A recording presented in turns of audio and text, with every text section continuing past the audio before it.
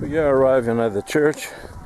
People came from 5 different churches since yesterday night. They slept here for today. This place is very far from the city, and everybody will walk to come here.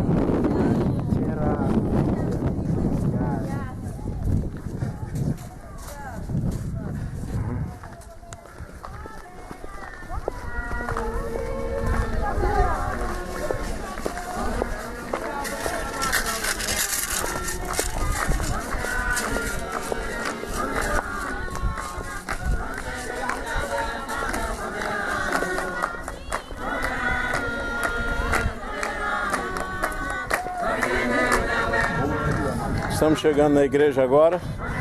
Muitos aí vieram ontem de 5 igrejas diferentes, dormiram aqui para nos esperar.